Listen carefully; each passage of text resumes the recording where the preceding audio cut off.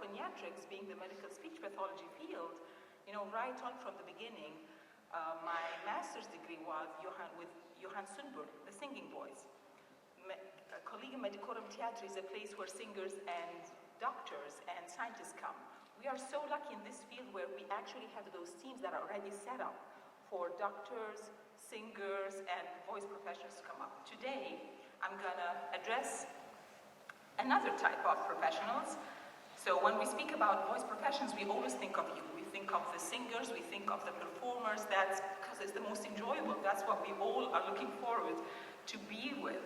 But then there are a lot of other voice professionals out there. Politicians, news anchors, preachers, and even the quiet clinician sitting in the clinic speaking to the doctors, speaking to the patients, is another voice user because they cannot do their job without their voice. So looking into how many people in the US actually need their voice as part of their job description, we'll find that around 25% of the population does need that. And with around 4% needed for security reasons, people who give orders with their voice, police officers, air control patrols, and so forth.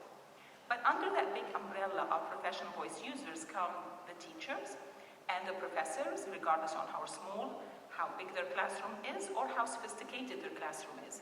All of these, at the end of the day, are always going to be using their voice. That is beautiful when we're listening to singing and to performing, but there's a lot of baggage. Just like we were reminded with the baggage that comes with singing every day, the wear and tear, well, that comes again with professors. And, as Joanne was using the sports analogy, I'm going to use another analogy. One of the baggages that comes, and that's from an occupational health perspective, is the baggage that, that comes with what we do as professors. We spend a lot of time, or teachers, preparing, writing plans, everything has to sit down basically and prepare. Even if you're doing research, you're going to sit down, research, and write up things. So, whether it was the old times or the new times, we're always bent in front of a computer, writing something, doing something. So we get to suffer a lot from the desk job occupational hazards. Luckily for all of us, that has been identified. And not only identified, but actually we have the Occupational Safety and Health Administration taking care of it. We have newsletters, we have recommendations, and we have even coming into UVA, I had someone come into my office and help me choose the right chair that will help me actually have less musculoskeletal problems with the long hours of expected sitting. So we have an action in plan to address these problems. That is the lucky part of us. But that's not the end of our baggage as teachers and professors. We still have a big part of our profession that is dictated by our job description, our teaching, our service, and our research. These are the three items that every year we have to fill out and make sure that we're doing well on each of them. And with teaching, regardless, if you're from the old school that thinks teaching is all about delivering knowledge, just like I'm doing right now, talking, and everyone is listening, thank you for that. Or you are from the new school, which I'm trying to do in my classroom, and people are trying more to do, which is, when it is possible to get to be a part of engaging students in a learning activity or facilitating that learning activity, still you're using your voice. Service, whether you're doing it on a local level, on a national level, or on an international level, you're still using your voice. And research, if you're going to present the research anywhere, you're again going to use your voice. So, no wonder teachers appear in a lot of articles, prevalence of problems in teachers, voice disorders in teachers, what is the impact of voice disorders on their, on their workload, what is, the risk factors for them. These are things that have been really very well studied, and we know a lot about it. We, as of now, think that teachers are, and professors included with them, are the highest professional voice users with voice problems. It's up to 50% of them, would report having a voice disorder at different parts of their career. The misfortune part is that, in spite of that, only those with voice disorders, 20% will go and seek help. And today we'll hopefully figure out why. So 20% who reported voice disorders will seek help, but that is bigger than the regular population, where only 7% of people with voice disorders seek help, so there's an advantage. But still, 80% of us teachers and professors have a voice problem, don't even think about doing anything about it. Although, just like Dr. Dinero was saying, they're a big part of, of whom we see. They're a big part of our clients. We come back to that theme again, that occupational health hazard theme. So what should we do about this? Is this something that we should worry about? Is this something that we should be considerate of? So when are we going to show that consideration? When are we going to, educate people about their voices? So if you have teachers, one of the, common sense areas is when they're in their graduate programs, to get them there while they're still learning about, how to teach, while they're getting all of that, and teach them about their voices. But let's look at, one of the regular mission statements of, one of several education programs in the country. They're all going to be more or less the same. The focus is mainly on what the teacher is going to do with the voice to the students, how the teacher is going to deliver, skills, how the teacher is going to engage the students in learning, how the teacher is going to meet several standards that are all around the student's education, receiving that education. So it's all driven by what the teacher is delivering. Interestingly, the teachers who have this known prevalence of voice disorders and have never, or mostly have got very little information about their voice throughout their graduate career. So 87% of teachers, do not hear anything about voice care during their career. So now we can understand why 80% of them also never go and seek a doctor. They think it's part of the job, it's something that will take its time and will go away, I will be better next week, and so forth. So why is this a concern? It's a concern because more and more we are realizing that, students in their graduate years do start to have problems at that level.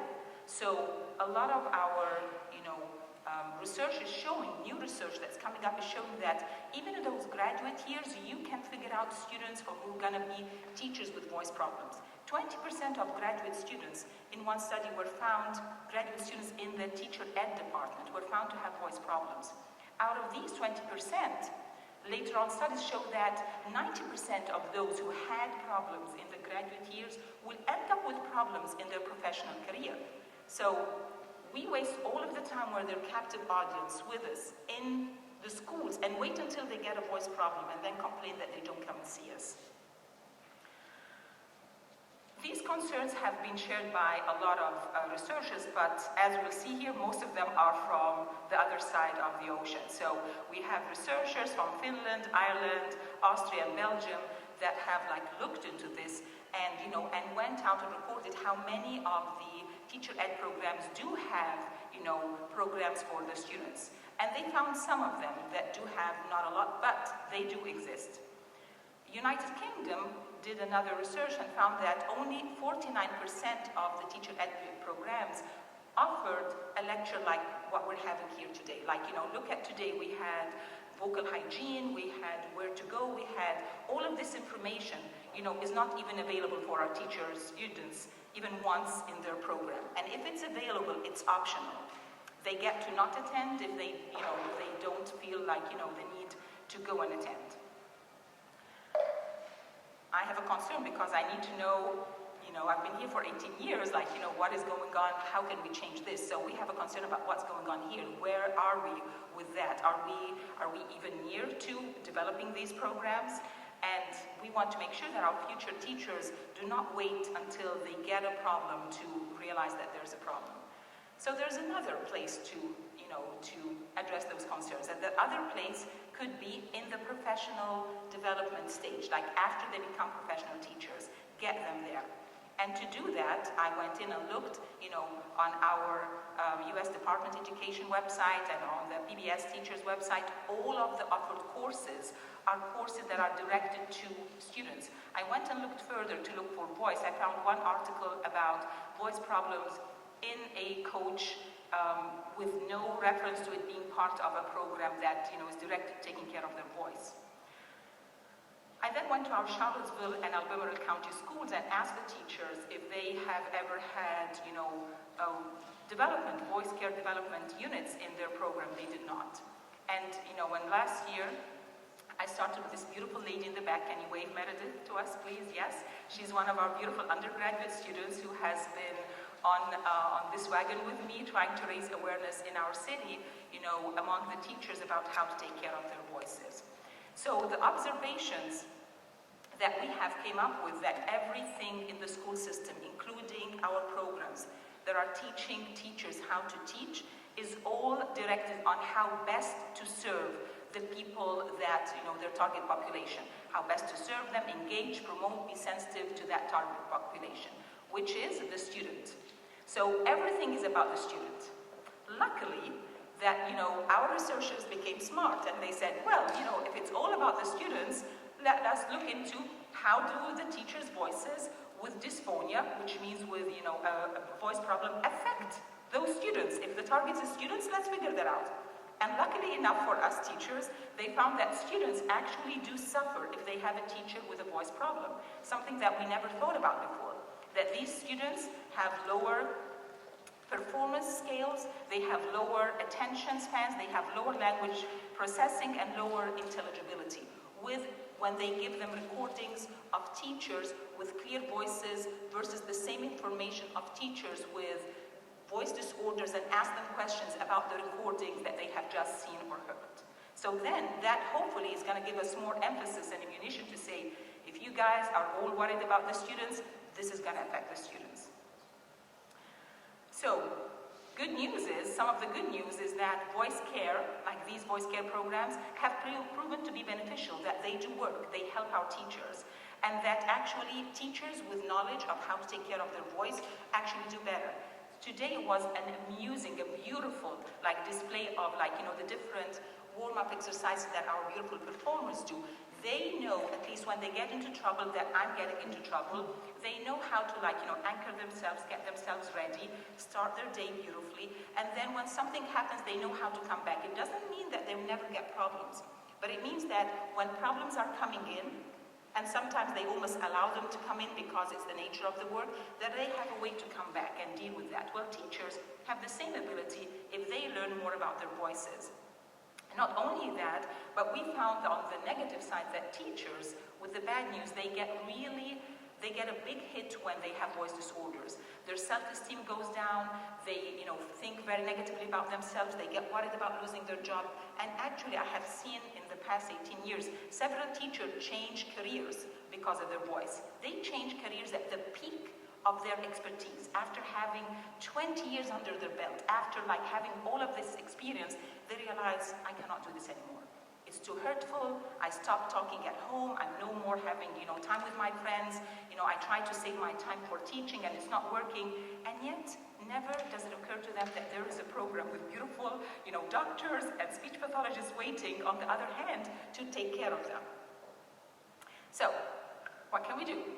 So I think, and this is where Meredith is helping me, and the beautiful ladies from our program that are here, wave. These are beautiful students of us, and they are all helping me raise awareness. So raising awareness, asking questions, that's what we're doing. So we went into our beautiful, beautiful Charlottesville. This is the right season to be here and to have this beautiful event, the World Voice Day. And we went and asked our teachers. We had 15 teachers, and we actually sent this is 38, and we sent out the questionnaire to our professors on ground before coming here to share that with you, and we got 38 responding. The teachers, most of them were elementary school teachers. One of them is out there, okay, with a beautiful baby. And we had different, teachers across that come in and actually replied. We had from our university people from arts and science, from Curry, and from other schools, nursing and battery and engineering. They took this survey. Their age group was similar, and gender, we have more male professors we could see than teachers, but this is the important part that we're going to look into, that, teachers, those who thought that they do most of the talking in class, okay, and when we compare, these are numbers, not percentages, and then when we looked into, numbers of professors that thought that they did most of the talking in class, we could see that professors, like, most of them were between the 50% and 75% of talking in the classroom. And then we asked them if they have received any information regarding potential, problems with their teaching voice. You can see a majority of no. Very little, we have the professors, more responses with the professors with the yes. And then we asked them if they actually do take time to implement at least a little bit of voice rest throughout the day. And again, never was the majority of the answers. There's some that had hardly or sometimes or often. Very few teachers did always implement a voice, break, but again, it's an overwhelming no. So then we asked questions like, have you taken any steps to prepare you for this career? And again, there was a big overwhelming, no, I have not. There was, none of the above, although we gave different options, like, researching what the demands of this career, looking into resources online, attending lectures. Most of them did not actually do any of that.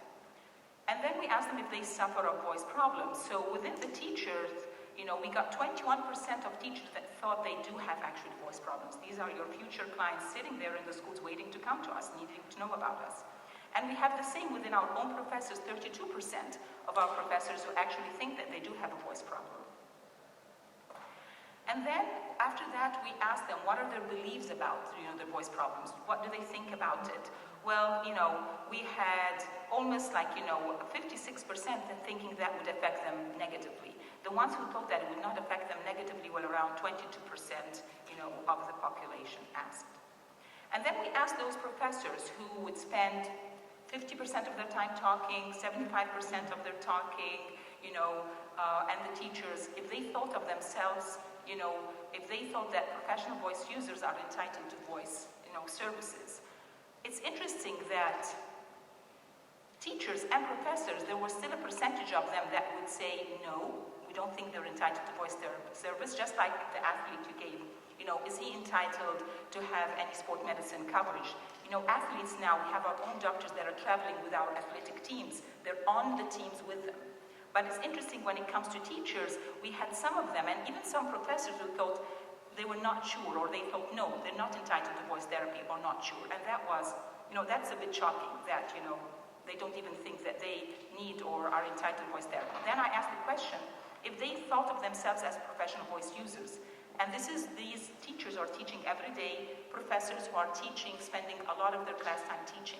The answer is, again, amazing. 22% of our teachers do not think of themselves as voice professionals. They don't see themselves as athletes, vocal athletes. That's even bigger with our professors. It wasn't even smaller. More of our professors did not think of themselves as professional voice users. So then we asked them the question, do you think you, not professional voice users, not every other person in the room, but you, are you entitled to voice therapy? Again, we got that, still percentage of them that did not think that they are entitled to voice therapy, that, it's not for them. That for me is a big concern. And, and my question now is, okay, what should we do? So one of the first things that we're doing with my beautiful students and with Meredith is to change the status quo, to go out and advocate for including, these units into the curriculum, advocate for adding that up. Last semester, we've met almost everyone we could meet in Curry. We met people outside Curry to ask, how could we put this in? We went to the schools and we actually did seminars in the schools, but the mission is not accomplished. We actually went a little bit further and did a pilot study with those beautiful students, and we actually said, okay, let's try this and get some data to show that it works. So we got, we actually got our students in fall of 2014 to be part of a pilot research where we gave them 3 units for vocal development. And with those units, we figured out that these students have actually been able to change. Give me a 5-minute or did I get there? We're there.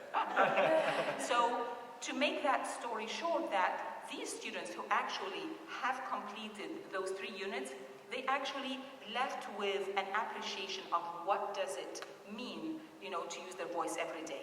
They left with an understanding of how to get, access to voice resources out there, and how to use some warm-up, exercise that we practice every day in class to help maybe get them back again. Doesn't mean that they are never going to get a voice problem, but at least I'm hoping that when they get a voice problem, they will think of themselves as a professional voice user. They will know that they're entitled to voice therapy. They will come and seek this beautiful team for therapy. Thank you very much.